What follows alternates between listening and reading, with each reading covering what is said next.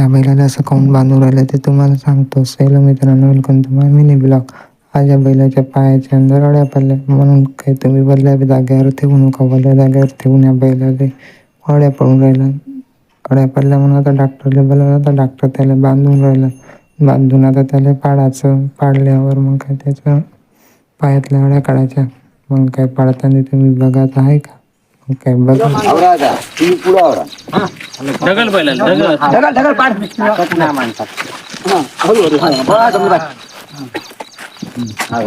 काय बैल पडला आता त्याच्या अड्या काढायला पाण्यानं धुवून डॉक्टर. त्या अड्या तर निघणच म्हणे, पण आता मागच्या बी पायात लगेच काही अड्या होऊ नये त्या बी काढाच लागते. आता हळद भरून राहिल्या पायाच्या अंदर, चिखल्या बी होऊ नये तर हळदीनं जाते म्हणे डॉक्टर. जसं की तुम्हाला नसेल माहीत तर तुम्ही इलाज करू शकता हळदीनं. आता हळदीनं आता पुढच्या पायात अड्या निघल्या नाही म्हणे तर इंजेक्शनच सोडून राहिला आता त्याच्या अंदर. काहीतरी औषध आहे ते औषध सोडून राहिले डॉक्टर.